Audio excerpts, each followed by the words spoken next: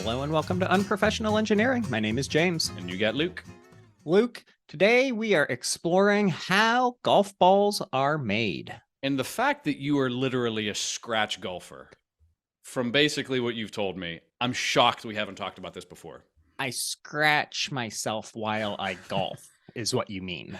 Oh, that's very different. When you said you're a scratch golfer, that's what you meant. Oh. I used to be an okay golfer, so I guess full disclosure, I used to be an okay golfer, like single digit handicap, probably like high single digit handicap. So for anyone who golfs that's listening, I now golf like a handful of times a year. And so now I just get angry that I'm not as good as I used to be. So I don't want to diverge too much off our topic. Explain a handicap to me, because I saw that they say the typical golfer, like you, me, not professional, it's tough to be, like you're around 18 is your handicap. And you were just saying that you were in like the high, like you were like a 10 or a 12. 7 to 9 probably, yeah. What does that mean that you have a handicap in golf? So there's par, par, right? Yeah, golf courses are usually like exactly perfect. So if there was a 3, a 4, and a 5, you got in 3, got in 4, got in 5, and you made par the entire round. Right. So it's usually about a 70 for a round of golf, like 70, 71 for 18 holes. And so if you're an 18, that usually means you're playing around bogey golf. So if it's a par 4, you're probably going to get a 5. If it's a par 5, you're probably going to get a 6. You might be a couple over that. I think it's actually something like 90% of however many you're over. Something like that is kind of what it comes down to. So when I was good, I was going somewhere around 5 to 10 or 12 over on so most you were rounds. So like at a 74, like you were hitting like 80. Yeah, somewhere That's in there. pretty so good. I hit like high 70s, low 80s. Yeah, I would do like 70s and 80s on 9. So I know we're already way behind, but when I very first started golfing, my dad took me and my brother out, and we played 3 holes because I was little, right? Like elementary school, like young elementary school. I put up 123 on 3 holes. And 4 sleeves of balls. Yeah, so many. I told my brother-in-law that story, and he was like, I'm more impressed that your dad made you count your strokes on those 3 holes than anything. Father. Yeah. So, it's a process. It's a learning process. Alrighty, let's do a little bit of history on golf balls first, because I think it's important to see where golf balls have come from and where they are now today. Fun fact, I'll let you do the history, which is a little change up, but fun fact for you, Luke, the game of golf goes back as far as 80 BC, I saw, when the Roman emperors played a game called Paganica? Paganica? Yep. I don't know, using a bent stick to drive a soft ball, and the ball was about 7 inches in diameter. Oh, I always thought it was like the Scots or somebody. That's what I had always been told. I think came up with it. Officially golf, it's the Scots, like golf as the game. These dudes are just like hitting something with a stick, and they're like, oh, that's kind of golf. Yeah. So tell me about the history, would you? So by all accounts, it's presumed that the earliest game of golf, so this isn't your weird Roman bent stick Roman thing. Yeah. The earliest game of golf were played with wooden balls in the 14th century. So they'd literally carve a piece of wood. Imagine losing your golf ball. Think how mad you'd be. You spend like all weekend making it and shaping it. And then what if it cracks? I imagine like the species of wood was probably a big thing. So that happened in the 14th century. So from 1486 through 1683, the Scots used hairy balls. They were called. This is going to be one of those episodes where you laugh every time you say the word balls. So they had hairy balls, or hairy golf balls, and these were hand-sewn round leather balls that they would fill with cow's hair or straw. And the reason why they were filled with hair was you could pack it in really tightly, and it would get harder and harder the more you packed in the hair. Or they would use straw, and sometimes to fill these golf balls. Is this the same as what they called the feathery? No. Oh, is that different? This is Oh, I didn't pre-feathery. see. I didn't see the hairy balls. That's Yeah. good. No. So in 1618, the feathery golf ball was introduced. Okay. And what they did was, so think about like your down jacket. You know how you can I compress your don't have down one of those. jacket I don't really make big small? money like you, but yeah. You know. So like down is very compressible. So what you can do is you can take an enormous amount of down and you can squeeze it into that golf ball. And what happens is it gets denser and denser and compresses, and it gets really, really hard because you can always add another feather. So they would use chicken feathers or goose down feathers when they were making these feathery golf balls. And these went literally all the way up until about 1848. So they had a pretty good run, these golf balls that were just filled with feathers, essentially. I saw that these feather balls, which just doesn't make sense to me, but I mean, it does, but who thought that this was the best way to do it? I saw that they would make the leather real wet when they were putting it together. That way, when it would dry out, the leather would shrink as well and compress it even further. That's a good idea. Very creative. Very, very creative.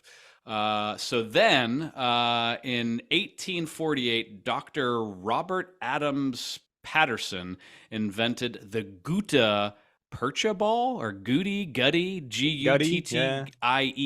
The Guttie was made using dry sap from the Malaysian Sopapilla tree, I think is how it's pronounced. No, it's like Sapodilla, Sapita tree. Sure. So it was a rubber tree, essentially, and they would take this sap and they would heat it and form it into a sphere. And this was used for quite a long time as well. So this was like commercialized rubber production that they were making these with. The challenge our episode on DuPont, I believe it was, for that. And the trick with the Guttie, so all the balls before this were smooth. So the Guttie, the way they would form this, they'd have like a really rudimentary mold that they would melt the sap into and to form the ball. What they found was they would always smooth the ball out. They would always sand off all the edges and burrs and stuff like that. What they found was the ones that they didn't smooth out and make them spherical, they would fly better and straighter because there was a pattern on the outside of it. So this was the beginning of the dimples, essentially. So this went all the way up until about 1898, and this is where golf balls are today, essentially. Now, there's been a ton of progress since 1898 on like the materials and technology. Jeez, I'd hope so. But essentially, the rubber core golf ball, or the Haskell, was 1898.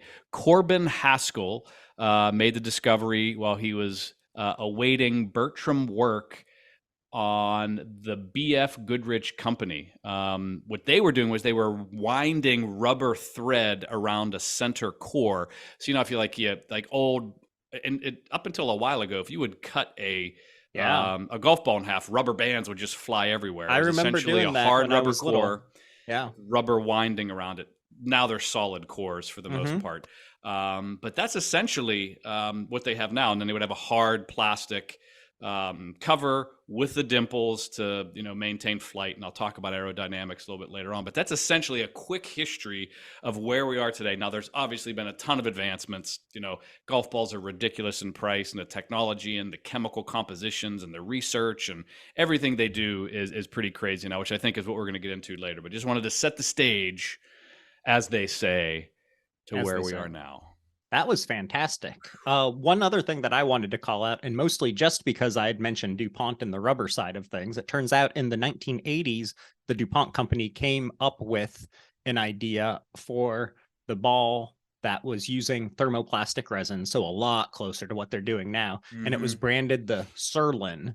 And then whatever I was stealing this off of, and this was weeks and weeks ago, right, was basically this now made it so that the ball will not cut and it will be completely impervious. Let's be fair. Give me enough time and a hacksaw. Yeah, impervious is nowhere near what these are. And one hit from me after it then hits a couple trees, a few cart paths, and maybe a person or two, they're going to be scuffed up. Don't you worry. Now, they actually still use Surlyn for the coatings of a number of golf balls. Most of them nowadays are urethane. We can talk about the differences in the two, but yeah, so that's where we're at. Very cool. So before we get into how they're made today and some of this more modern technology, let's say, it's time for a word from our sponsor. I have to assume Titleist, Callaway, right? Well, fun fact for you. I actually reached out to a company on this one, and it was someone that was like totally unrelated to marketing. I just couldn't find the marketing contact, and they're like, "Oh, cool, send something over," but I never heard anything else. Yeah. So that's fine. That was really nice of that person to get back to me. So thank you for that. But we do have a shout out, which is really nice. Who do we got? We have Magdalena H. Nice. I'm 14 from England, UK, in case we had to clarify that. I am writing to yourselves because I watched your episode called What is Chemical Engineering? As a person who I know, like probably one of our 3 YouTube views, right? No doubt. So as a person who aspires to be a chemical engineer in the Formula One industry within the next 10 years, I also would love to gain a PhD in the field that I've always aspired to have, which is chemistry. I would love to get your advice on how I can accomplish this. What are 3 subjects you would recommend I do at A levels in college, 16-18, if I want to become a chemical engineer in the Formula One industry? So I had to Google what A level classes is. It seems like they're AP classes in America. And from the list that I saw, I think I'd have, and I think I emailed back. This was a long time ago. I'd say like chemistry, physics, and math would probably be my go-tos. Though you're like 14, so you could diversify and go in a different direction. I get that. Yeah, I mean, I don't know. Maybe you go in a different direction. I wanted to be computer engineering when I got to college, and one class later, I realized that that wasn't a good idea. So maybe you take this advanced chemistry class and you're like, ooh, turns out chemistry is the worst, which it's up there. It's not electrical, but it's bad. But also, I think it's a good thing for you to take those ones because you're going to retake that stuff in college or you're going to test out of it. Yeah. If you test out of it, hooray, good for you. If you take it again, it's a good grade. Yeah, you're going to bump your little GPA up there, and that's going to help quite a bit. I did that with calculus. It was wonderful. So yeah, that's my thought on it. Anything on your side there, Luke? I would consider, if you could, maybe do some summer courses. I know here in the US, you could do some summer courses. Like, I would maybe do like... You did a lot of those, but that was a different reason, right? It's because I didn't pass my regular courses. But I would definitely check out like a summer camp or a summer course that's like involved in that industry. Because I think what happens, like you just said, you think you want to do this thing, you think you want to, and then you realize, you know what, I'm just going to be a mechanical engineer because like this specialty of computer science or chemistry or physics is just like too much. So before you make that commitment with your A levels, I'd see if you can, maybe do some job shadowing, maybe if you can do like a summer camp or something like that that's in that industry. Like my daughter thought exact thing. So back when she was like 10, a lot younger, but still, she did like a girls in STEM and STEAM camp. Yeah. And the focus was chemistry. And she realized, you know what, I do not want to do chemistry at the end of 2 weeks. So, yeah. If you get the chance to get some exposure, do that, because you'd hate to make that commitment and then you're like, ugh, like I put these A levels in and now I got to kind of back up a little bit. So, yeah, I think that's very fair. I love that we have a 14-year-old writing in like, not only do I want my PhD in Chem Eng, I want to work in Formula One. I was 14. I think I was still like fireman or policeman or drinking in the woods. I don't know. Super Mario Brothers. And I think I wanted to be a fireman. I think you're right.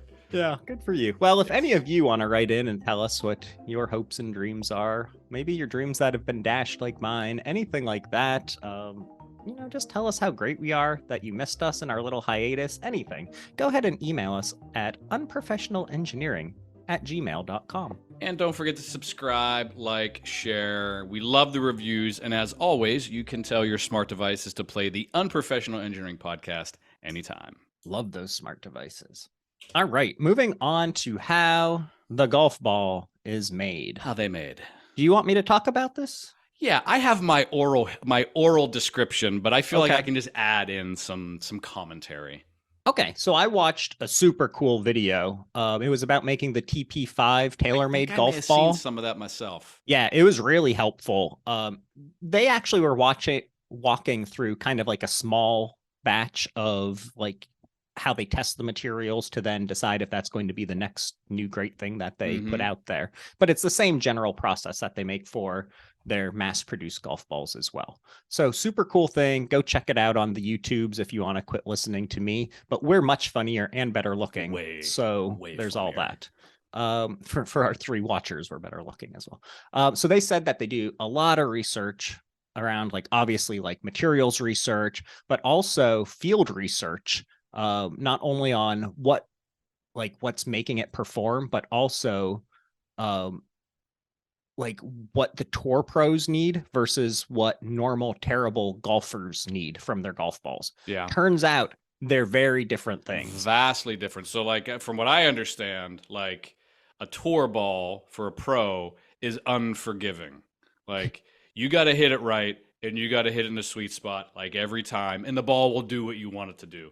And then they make these other balls for like goofballs like you and I, who sometimes you shank, sometimes you hook, sometimes you slice, sometimes you miss altogether.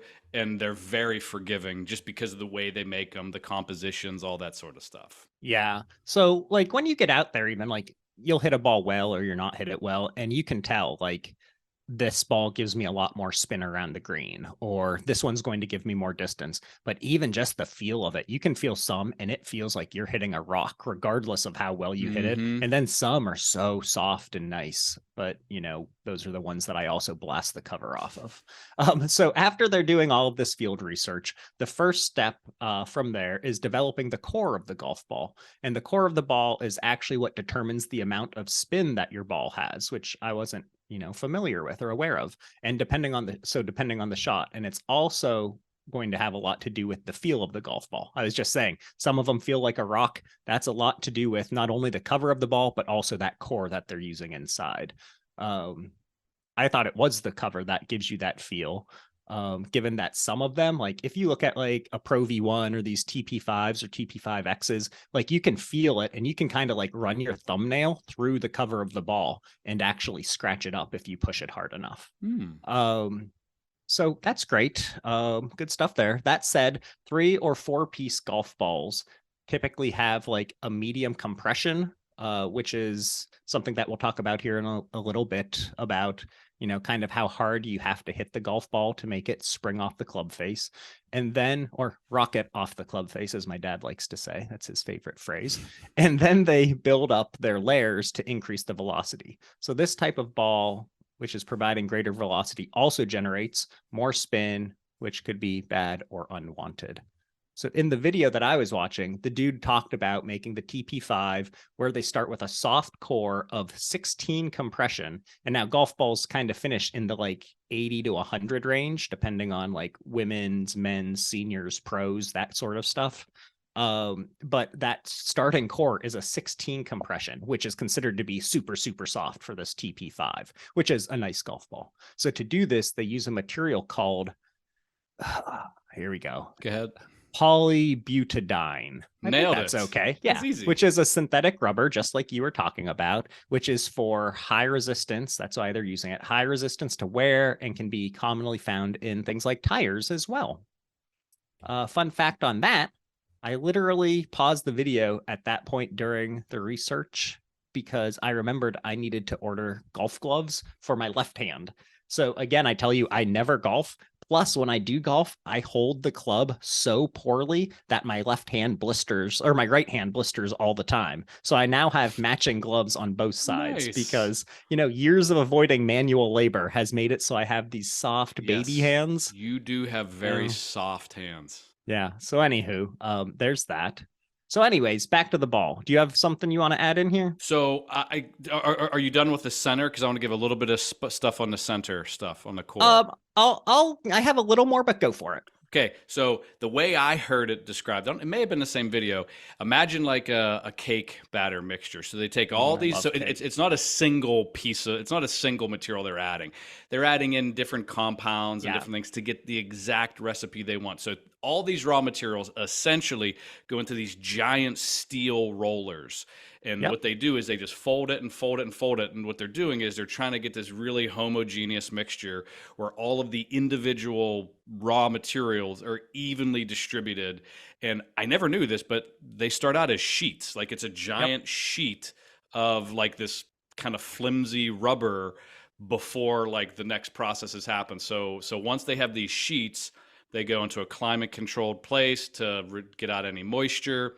And then they go to the next step where they make the preforms and do some other things. But I just want to talk about the cake mixing for a second.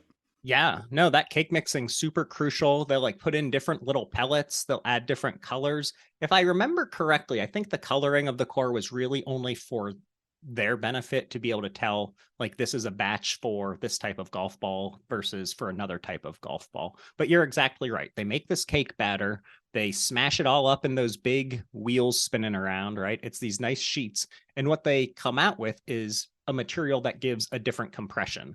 So typically a woman's golf ball or a senior's golf ball is probably like back in the day, like when I started, it was like you had 80, 90, and 100. And like 80 was typically for slower swings. So usually it was a female or senior player golf ball. 90 would be for, you know, hack men playing that think they can hit a golf ball well. And then 100 would be for like better golfers and pros, things like that. They have a whole different range. Like you could have a 92 compression now. Which is crazy. It's different, but still generally speaking, the higher the compression, the more force it is that's required to deform a golf ball. Now, don't write in and tell me I'm sexist. It's just based off of swing velocity. If you can swing harder and compress a ball, you probably can do so better than me.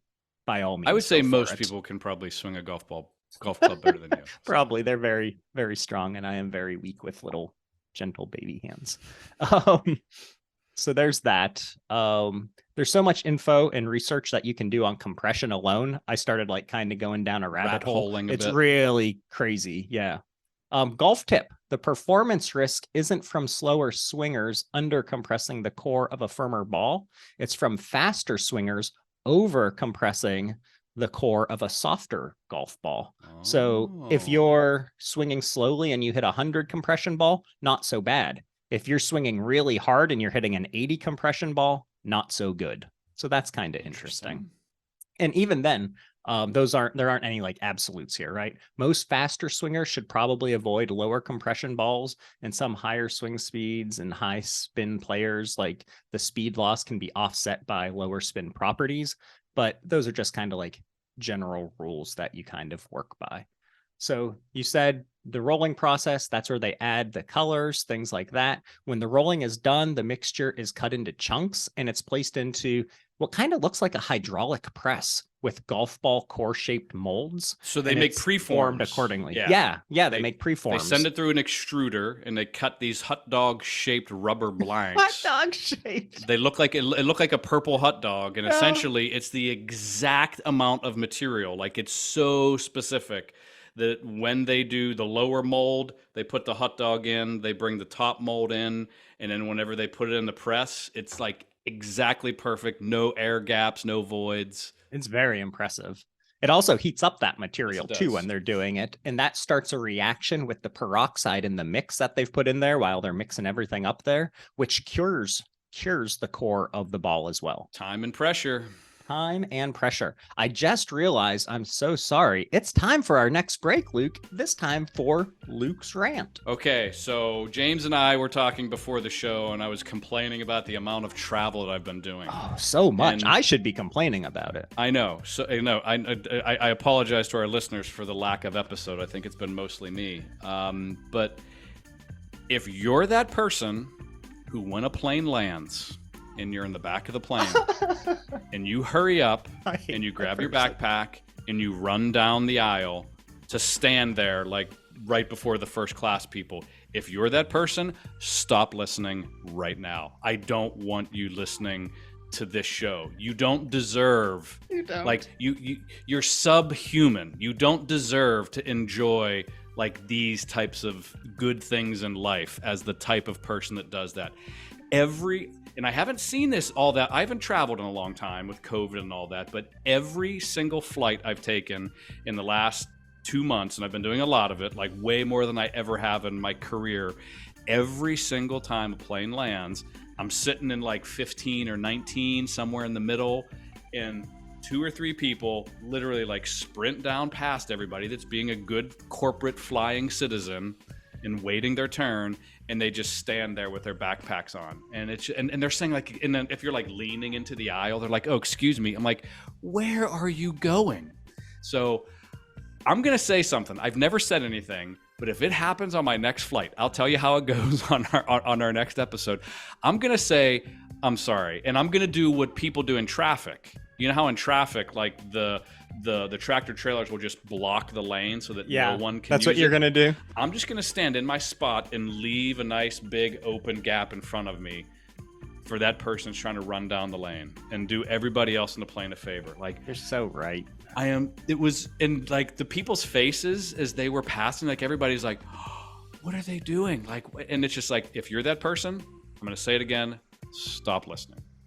Air travel brings out the absolute worst in people. It is a nightmare. And I'm not gonna say there was a commonality, but there was a bit of a commonality to the people trying to rush off the plane. That. And I'm not going to say what that is. You can maybe read between the lines. They may have had something on their body that not everybody else was wearing. Maybe some PPE or something like that. But for some reason, they felt the need to rush off the plane. I'm sorry. I'll stop. I don't want to get us in trouble. Go ahead. Fantastic. All right. So after you smash these things up, next... You're so right about that. You add some more layers of different materials that impact the ball's performance. So for the TP5s in particular, they use a material layer that's like super flexible and resilient for very specific, very secret-ish modulus of elasticity created specifically for this purpose to increase the speed of the core, followed by yet another layer that they wrap it in. Called? Mantles. What are they called? Mantles. Look at that. Luke, you're like a pro golfer. I am. No? Okay. So this next layer is a little bit stiffer, but still very resilient, followed by a layer of HFM, which means nothing to me, but it is a resin with a high modulus that helps increase speed. And then lastly, the ball's wrapped in a cast urethane cover designed to increase the performance around the green. So Luke, the green's where you putt the ball, in case you don't know that. Okay, super quick. I'm going to add a little bit to that. Please do. In between every one of these processes. So you have the core. They take the core out, they deburr it and smooth it, but it's not perfectly spherical, even though it came out of a mold. Then they add 1 mantle, 2 mantles, in some cases 3 mantles, because there's actually 5-layer golf balls nowadays. Yeah. And each not process, a ton though, right? Not a ton. Each process they do, basically, it goes into a die, and they pour in a liquid version of the mantle. It's like injection molding. Exactly. They injection mold around it, and they do that, 1, 2, 3 times, and they do the final one. And the final one, the core actually has the dimples built into it, and they pour in essentially the molten urethane, makes the perfect dimples, and then these balls come out. They're polished, they're deburred, they make sure there's no cosmetic defects that would affect the flight pattern of the balls, and then finally it goes to printing, and then they're putting, the Titleist, the calories. I didn't even mention that part. Whatever they actually, but it's a high-speed printing process. They go into the sleeves, and they go into the boxes. That they do. I saw that they test them in this like sweet aerodynamics lab where they basically just shoot these suckers out at whatever speed it'll be coming off a club face and see how they then fly, like what impacts the performance and things like that. But fun fact for you and for everyone, Luke, a golf ball's trajectory is driven almost entirely by its dimple pattern, and it's theoretically possible to put any dimple pattern on a ball. Myself, I thought all golf balls had the same dimple pattern, maybe slightly different size or something, but it turns out most golf balls have between like 300 and 500 dimples per golf ball, which is kind of crazy. Okay. Now's where the unprofessional. This is where the engineering of unprofessional engineering is dropping in. Your CFD boy here, Luke, is going to drop some knowledge on you. So why do golf balls have dimples? Tell me. It's all about a laminar boundary layer, turbulence, separation, and the wake. Boom. So a smooth ball has a very, very thin separation layer. So as this ball is traveling through the air, there's a laminar boundary layer that's really, really close to the front face of that ball as it's traveling. And what happens is the wake starts sooner. So a smooth ball has a really, really wide wake. There's a lot of turbulence, like all kinds of things can happen with the flight pattern. When you have a ball with dimples, what happens is that layer, that transitional layer and the separation and the boundary layer that's occurring is much larger in front of the ball. It's disrupting all the air. It sweeps around the ball, and the separation actually happens on the back side of the ball, not the front side of the ball.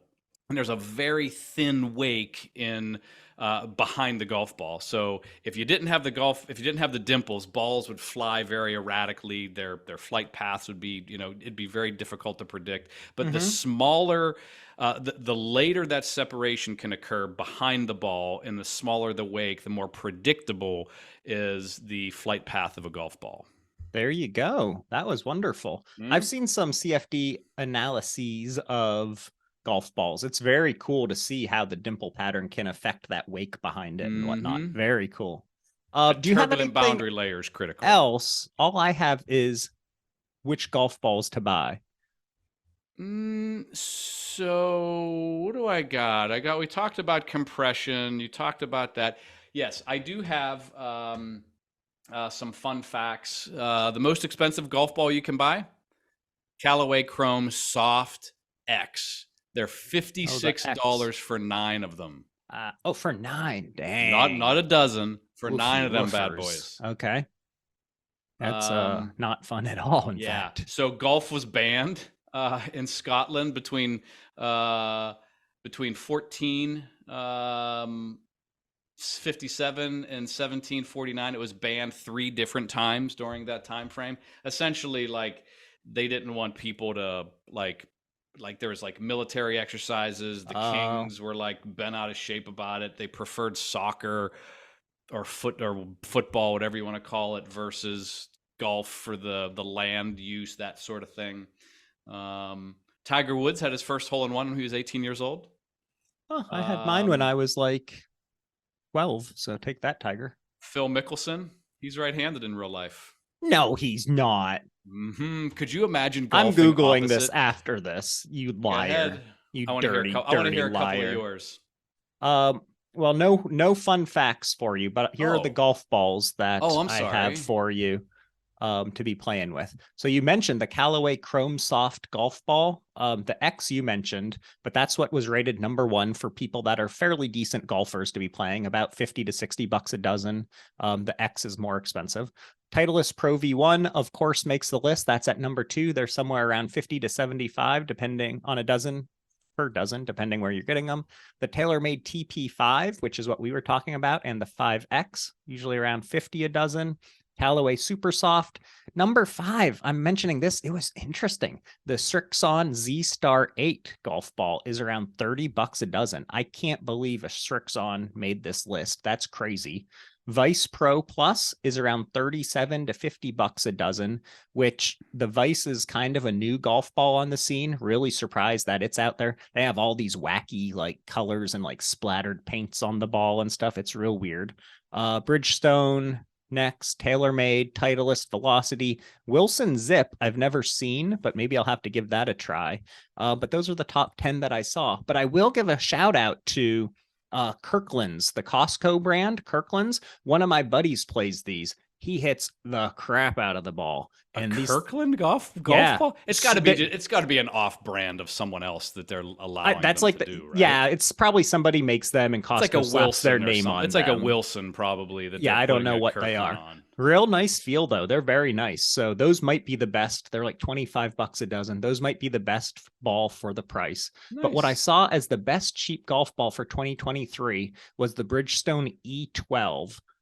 For best overall contact and feel, $30 a dozen on Prime. So there you go. Callaway Warbirds also $18 a dozen. Couple more fun facts. The chances of making 2 holes in one in the same round is 1 in 67 million. A golfer by the name of Cassandra Coma did that twice. The longest putt verified by the Guinness Book of World Record, 395 feet. Holy how is there a moly! green big enough to putt 395 feet? Some greens have like 2 holes on them, especially in like links kind of courses. So maybe they kind of went on the wrong side and nailed it. I don't know. Interesting. The what is it? The name of a hole in one on a par 5. Do you know it? A hole in one on a par 5? Yeah. They have an albatross, but that's different. It's called the condor. The condor. I've never heard of this. Par 5, you get it in one. Well, that's not going to happen. So I apparently someone's done it, or else they wouldn't name it, right? I suppose so. Most expensive golf course is for 18 holes is $500. Las Vegas's Shadow Creek Golf Course. Oh, nice. So very nice. I have not played there. I think I played a place that was upper 200s. It was far too nice for me. If it's more than like $40 back in the day when I golfed, I was like, I'm out of here. Oh yeah, no, for sure. The places I normally play, that's definitely more along the lines of what I'm doing. That's all I got. I'm trying to think if I have anything else. I guess I did have my hole in one when I was 12, Luke, and it was like, oh, well, this is easy. Like I wasn't even having a good round. I was like, it kind of saved my score, but I was like, this will be happening all the time. No problem. Never again in your life. I mean, I've hit a flag here and there. I've put one, a couple feet away here or there. Never really have come close ever again. Oh, but what a bummer. Probably never will. Yeah. Well, this has been great. I really enjoyed this. I think we could have a whole series on golf. Like this one. I know. Thanks for throwing me a bone. We'll have to do like drive. We'll have to do driver technology and putters and like crazy golf rules. Yeah, we'll definitely do a little golf series, I think. Excellent. All right. Well, hopefully you all enjoyed this and learned something. If you want to tell me about your favorite golf ball, if you want to tell me about your hole-in-one story, if you want to tell Luke about your angry airplane stories, go ahead and email us at unprofessionalengineering@gmail.com. And until next time, see ya.